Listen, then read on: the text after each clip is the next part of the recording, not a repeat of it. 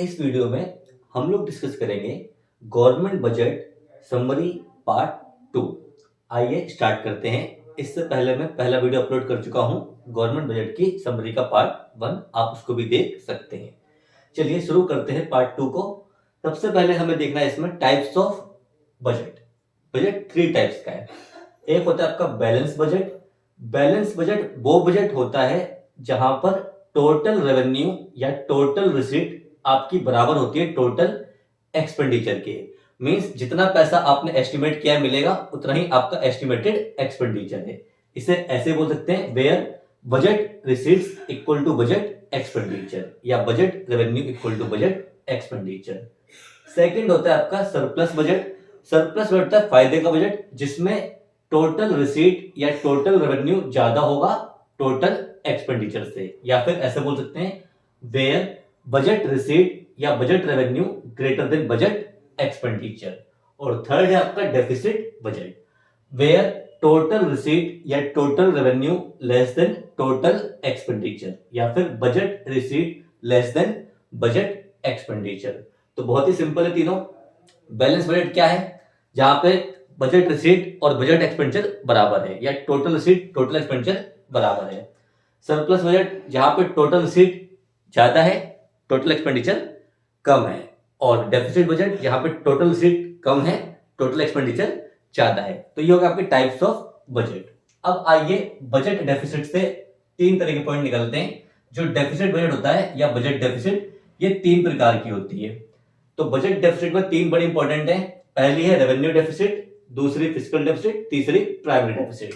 ये आपकी इंपॉर्टेंट है, ये आपकी वेरी इंपॉर्टेंट है और ये आपकी इंपॉर्टेंट है। मतलब यहां से क्वेश्चन आने के चांसेस बहुत ज्यादा आपके बनते हैं। तो सबसे पहले देखिए रेवेन्यू डेफिसिट। डेफिसिट का मतलब ही क्या है? जहां पे रिसीट कम है एक्सपेंडिचर ज्यादा है। तो आइए स्टार्ट करते हैं। पहला रेवेन्यू डेफिसिट। रेवेन्यू डेफिसिट का मतलब है आपकी रेवेन्यू रिसीट कम होंगी, रेवेन्यू एक्सपेंडिचर ज्यादा होगा। तो रेवेन्यू डेफिसिट क्या बताती है? Where revenue expenditure is greater than revenue receipt. और रेवेन्यू डेफिसिट क्या होती है? फॉर्मूला क्या बनेगा इसका? Revenue expenditure minus revenue receipt. तो रेवेन्यू डेफिसिट का फॉर्मूला बड़ा simple, revenue expenditure minus revenue receipt. Revenue receipt क्या होती है आपको पता ही है, 2 तरह की होती है, टैक्स रेवेन्यू और नॉन टैक्स रेवेन्यू। और रेवेन्यू एक्सपेंडिचर जो आपके ऐसे खर्चे होते हैं जिनसे ना तो एसेट बढ़ता है ना लायबिलिटी घटती है, यानी गवर्नमेंट का interest payment, salary and wages, subsidy, ये खर्चे हैं रेवेन्यू एक्सपेंडिचर के। तो अब इसके इम्प्लीकेशन देखते हैं। इम्प्लीकेशन मतलब इसके क्या क्या इंपैक्ट पड़ते हैं हमारे देश की अर्थव्यवस्था पे या देश की इकोनॉमी पे।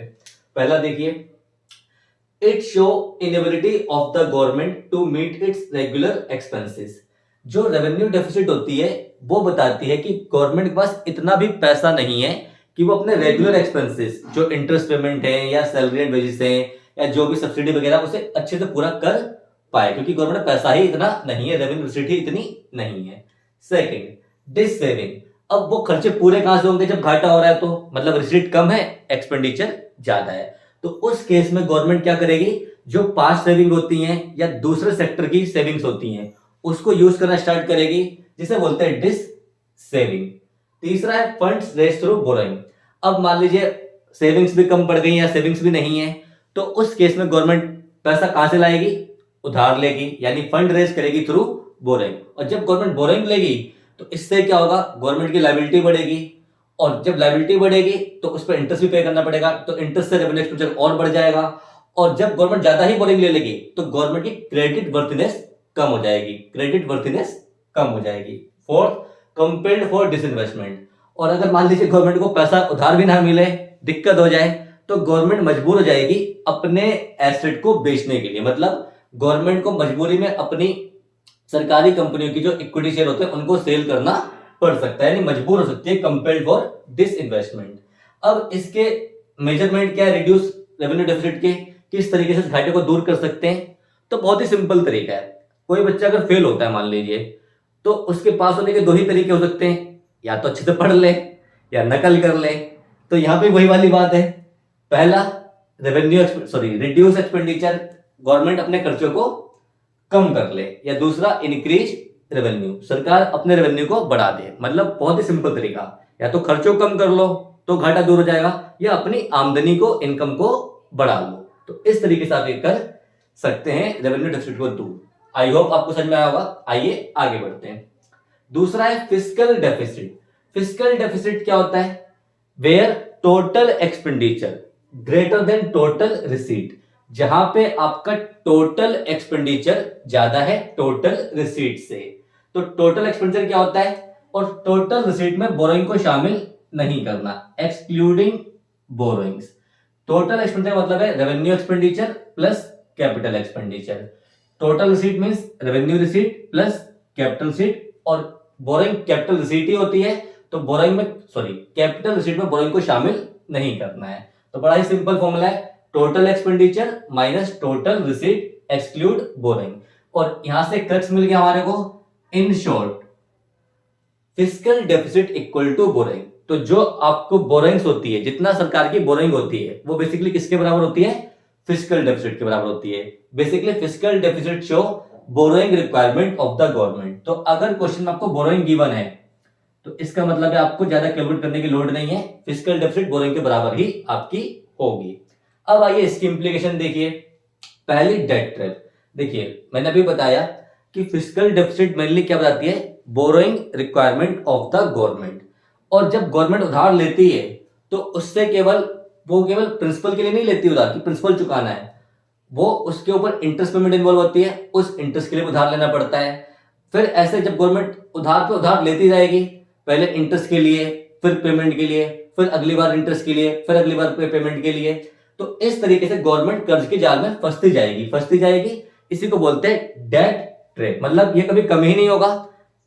गवर्नमेंट एक उधार चुकाएगी, दूसरे उसको चुकाने के लिए दूसरा उधार लेगी, दूसरा चुकाएगी उसके लिए तीसरा उधार लेगी।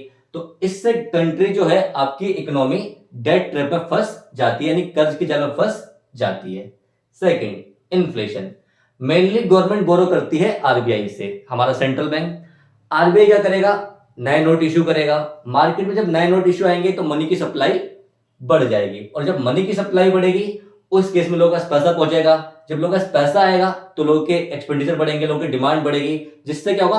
आम चीजों के दाम बढ़ जाएंगे, जिससे जनरेट होगी इन्फ्लेशन, जिससे क्रिएट होगी इन्फ्लेशन, यानी महंगाई बढ़ जाएगी।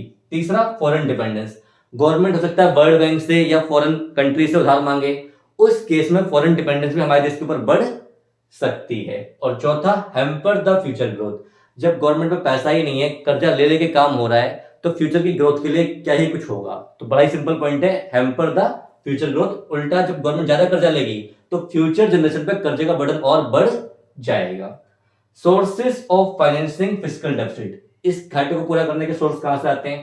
पहला तो सिंपल ही है, गवर्नमेंट कर्जा लेगी तो पहला सोर्स है बोरिंग। इस घाटे को पूरा करने का सोर्स क्या? पहला बोरिंग। दूसरा, डेफिसिट फाइनेंसिंग। इसका मतलब होता है प्रिंटिंग ऑफ न्यू करेंसी। हमारा सेंट्रल बैंक यानी आरबीआई इस घाटे को पूरा करने के लिए नए नोट छापेगा, मतलब सिक्योरिटी सेंट्रल गवर्नमेंट गिरवी रखेगी अपनी, उसके अगेंस्ट सेंट्रल बैंक नए नोट छापेगा, जिससे इस घाटे को पूरा किया जा सकेगा। तो दो सोर्स हो गए सिंपल, पहला बोरिंग, दूसरा डेफिसिट फाइनेंसिंग। और लास्ट है हमारी प्राइमरी डेफिसिट। बिल्कुल सिंपल है, प्राइमरी डेफिसिट बताती है आपका फॉर्मूला क्या है? Fiscal deficit minus interest payment. Primary deficit बताती है गवर्नमेंट को कितना उधार लेना है, कितना कर्जा लेना है इंटरेस्ट पेमेंट के अलावा। मतलब फिस्कल डेफिसिट में से अगर आप इंटरेस्ट पेमेंट घटा देंगे तो वो है प्राइमरी डेफिसिट। यानी in short primary deficit show करती है कि गवर्नमेंट को इंटरेस्ट पेमेंट के हटाने के बाद कितना अलग से कर्जा लेना है अपने घाटे को पूरा करने के लिए।